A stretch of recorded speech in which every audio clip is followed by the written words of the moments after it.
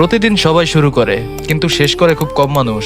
কারণ কনসিস্টেন্সি মানে হলো নিজের সঙ্গে করা একটা প্রমিস, যেটা রাখতে হয় সেই দিনেও যখন আপনার মন চায় না। তুমি একদিন জিমে গেলে কিছু বদলাবে না, একদিন খুব ভালোভাবে পড়লে বেশি একটা পার্থক্য হবে না, একটা কন্টেন্ট বানালে ভাইরাল হবে না। কিন্তু যখন তুমি প্রতিদিন উঠে সেই একই রুটিন ফলো করো, প্রতিদিন সেই ছোট্ট ছোট্ট চেষ্টা করো, তখন থেকেই বদলাতে শুরু করবে তোমার পুরো পৃথিবী। Consistency is not about motivation.